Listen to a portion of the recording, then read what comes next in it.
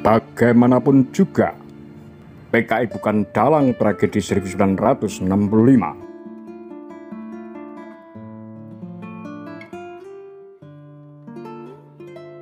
Disadari atau tidak, ada distorsi setiap kali kata PKI disebut.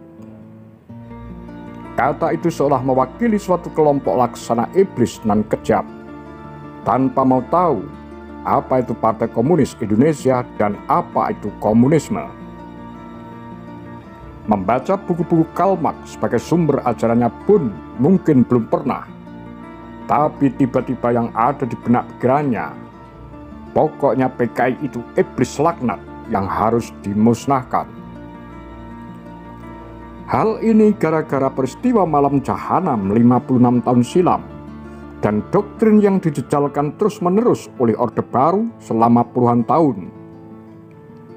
Berawal dari aksi biadab, gerombolan yang menamakan diri Gerakan 30 September menculik 7 perwira TNI Angkatan Darat, kemudian membunuh dan membuangnya ke sumur lubang buaya. Benar bahwa ada sejumlah petinggi PKI dan perwira TNI Angkatan Darat yang terlibat. Benar bahwa apapun alasannya, itu tindakan kejam dan tak bermoral.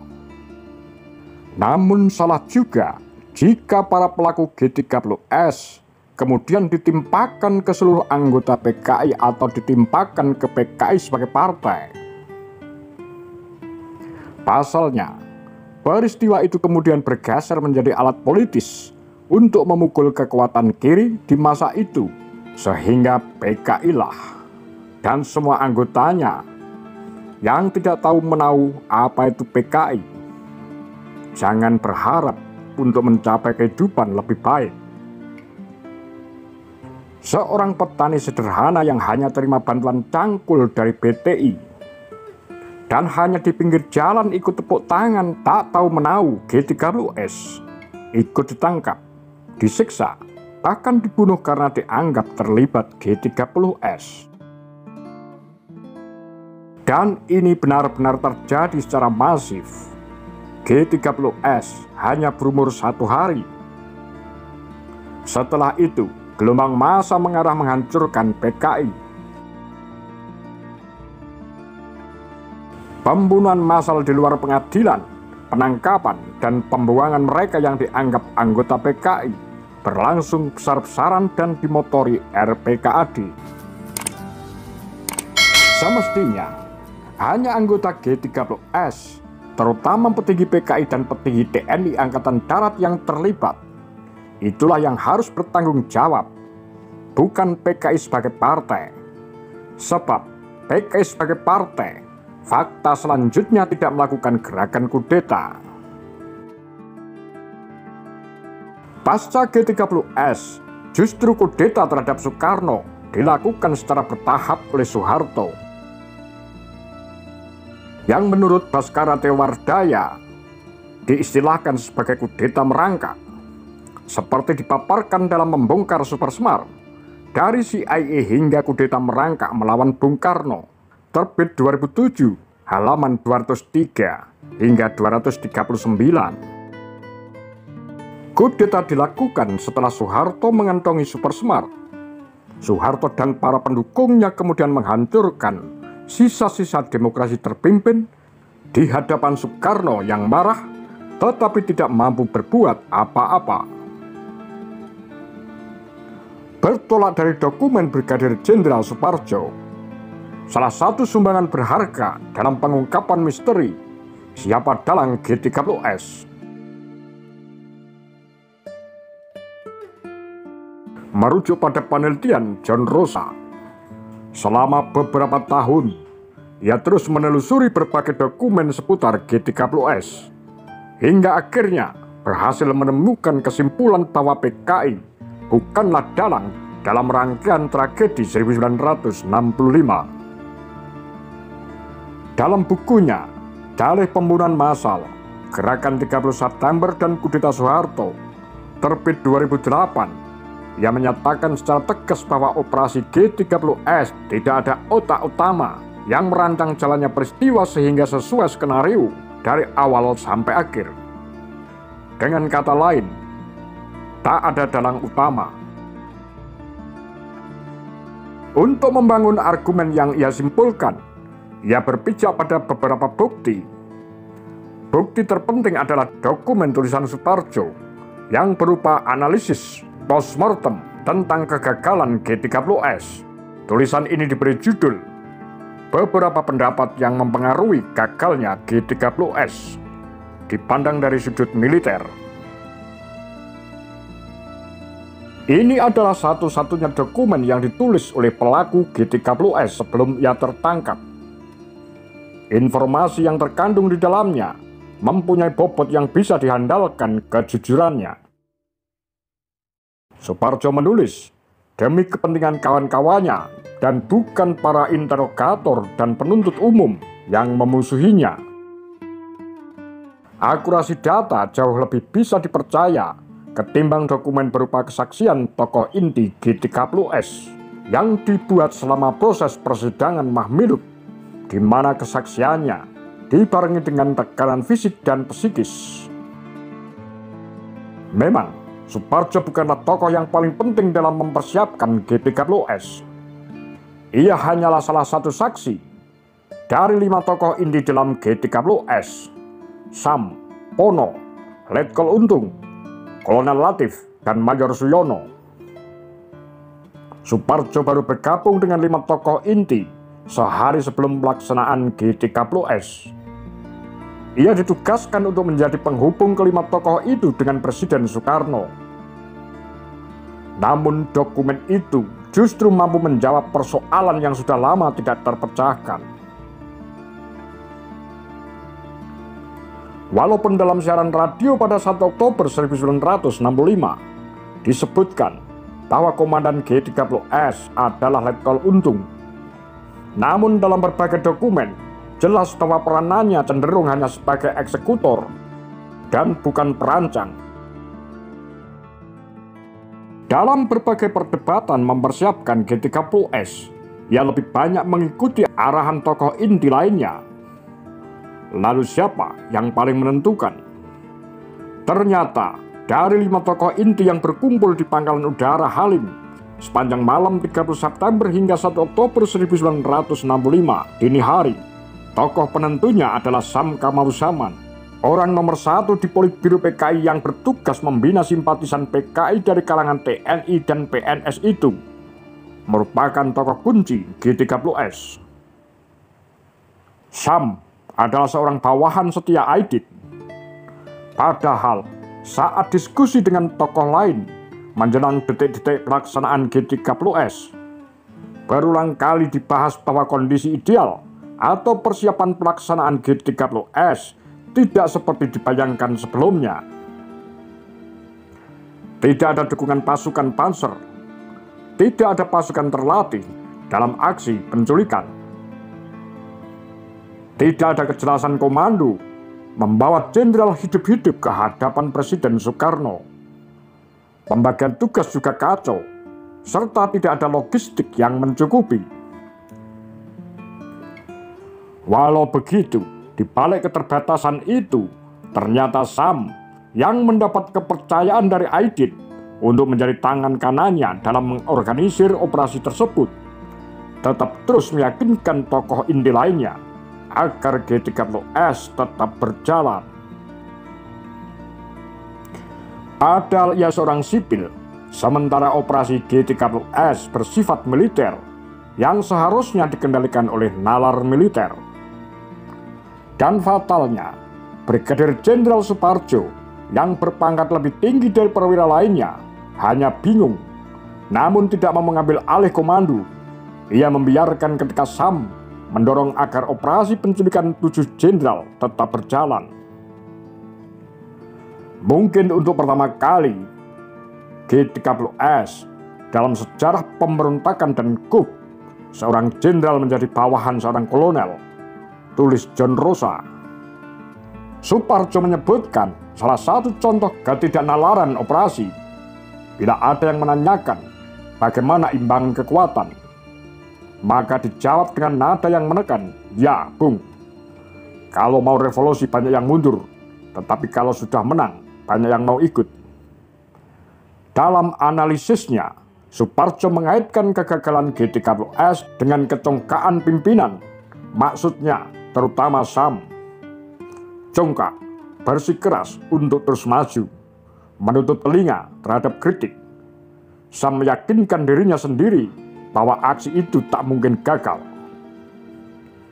Berbagai dokumen lain membuktikan hubungan antara Aidit dan Sam. Walau tidak bersama dengan 5 tokoh inti, Aidit jelas tahu rencana G30S dan kala itu ia juga berada di Halim. Ia dan Sam terbukti terlibat mengorganisir G30S. Namun dalam hal ini bukan berarti menegaskan interpretasi rezim Soeharto. Keterlibatan Aidit dan Sam menunjukkan bahwa seharusnya hanya Aidit dan Sam yang patut dipersalahkan, bukan partai dan anggota-anggotanya secara keseluruhan. Tidak ada bukti yang mencukupi dan menyatakan bahwa partai PKI mengetahui rencana G30S. Sam pun menegaskan hal itu. Operasi yang gagal. Kelemahan penyelidikan tentang G30S terletak pada titik tolak atas dugaan bahwa seolah pasti ada dalangnya yang mengatur semuanya dari awal hingga akhir. Padahal, entah itu tokoh maupun lembaga khusus yang terorganisasi mengikuti pembagian kerja, jelas-jelas tidak ada. G30S menjadi bersifat misterius justru karena tidak adanya pusat pengambilan keputusan yang tunggal. Seseorang yang paling dekat dengan para penggerak inti pada saat aksi berjalan, Soeparjo, juga dibuat bingung tentang siapa sesungguhnya pemimpin operasi G30S. Kalaupun ada semacam tokoh penting dalam G30S, seperti dikemukakan Soeparjo, tokoh pusat itu adalah Sam. Namun Sam hanyalah berfungsi sebagai penghubung antara Aidit dan para perwira progresif. Ia menjadi pusat karena kedudukannya yang di tengah-tengah, bukan karena penguasaannya atas semua kekuatan di dalam G30S. Aidit bertanggung jawab atas personel-personel PKI yang terlibat dalam G30S. Sedangkan Untung, Latif, dan Suyono bertanggung jawab atas personel-personel militer. Namun selanjutnya, peranan Sam yang menentukan perlahan-lahan hilang. Ia memang berhasil mempertemukan pihak Aidit dan perwira Angkatan Darat dalam memastikan bahwa G30S tetap akan berjalan. Walau banyak keterbatasan, tetapi ia bukanlah seorang jenderal militer yang bisa memimpin komplotan KUB dari awal sampai akhir. Komando G30S semakin kocar-kacir tatkala pagi hari 1 Oktober 1965 kepada Soeparjo, Presiden Soekarno tidak merestui operasi itu dan meminta menghentikan G30S. Tidak ada yang mampu memberi komando atau memimpin langkah apa selanjutnya yang harus dilakukan. Satu-satunya keputusan yang dibuat hanyalah pengumuman melalui RRI tentang adanya Dewan Jenderal yang justru menjadi titik awal serangan balik dari pihak Soeharto. Setelah pengumuman itu, Aidit, Pono, Sam, dan semua perwira Angkatan Darat memilih berpencar ke arah yang berbeda-beda. Kekacauan dan ketidakjelasan G30S akhirnya melumpuhkan gerakan itu sendiri. Kekosongan komando membuat pihak Soeharto mempunyai waktu yang cukup untuk menyusun serangan balik yang tak terduga. Dan akhirnya, G30S benar-benar menjadi operasi penculikan yang gagal total. Kegagalannya bukan karena sengaja dibuat gagal oleh seorang dalang layaknya Soeharto. Namun memang benar-benar para penentu gerakan itu bingung, tidak tahu harus melakukan apa selanjutnya. Dalih pembunuhan massal. Dalam memoarnya, begitu mendengar berita RRI Jakarta tentang Dewan Jenderal, Soeharto langsung menduga bahwa dalang G30S adalah PKI. Saya segera mendapatkan firasat. Lagi pula saya tahu siapa itu Letkol Untung. Saya ingat, dia seorang yang dekat. Rapat dengan PKI, kata Soeharto. Namun beberapa perwira masih ragu-ragu dengan kesimpulan Soeharto. Karena pagi hari 1 Oktober belum diperoleh bukti-bukti yang mendukung kesimpulan tersebut. Lalu muncullah Sugomo yang mengatakan, ini pasti perbuatan PKI, kita tinggal mencari bukti-buktinya. Pernyataan Sugomo semakin meyakinkan Soeharto bahwa firasatnya tak bisa digoyahkan. Padahal dari penuturan Sugomo menunjukkan kesan bahwa Jenderal-Jenderal Kostrad sudah menentukan dalang G30S sebelum diperoleh bukti apapun. Kesimpulan sudah datang sebelum pembuktian, tulis John Rosa.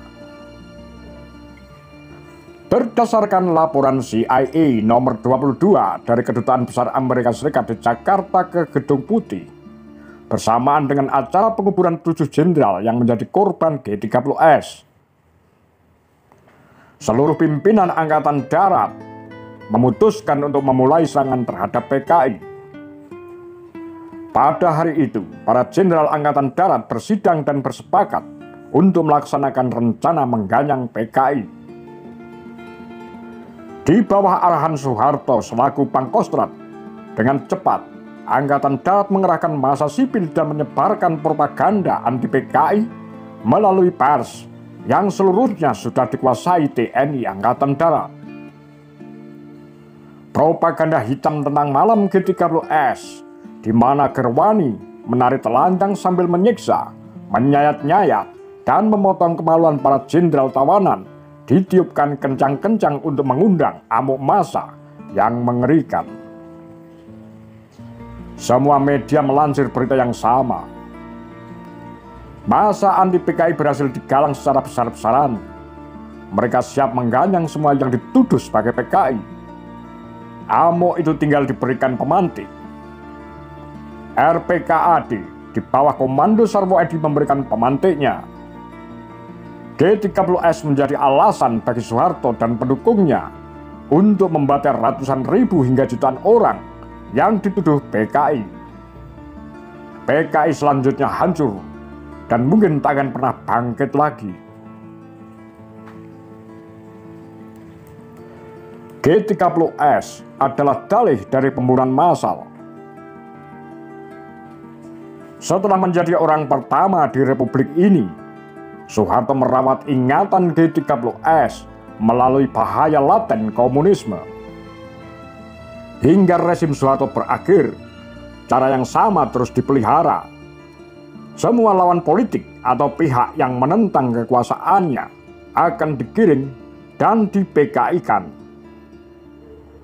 Dokumen visum et repertum yang dilakukan para dokter di Rumah Sakit Pusat Angkatan Darat Gatot Subroto terhadap jasad 7 perwira yang ditemukan di lubang buaya membuktikan bahwa tidak ada tanda-tanda pemotongan kelamin dan penyayatan oleh Gerwani seperti disebutkan dalam propaganda TNI Angkatan Darat.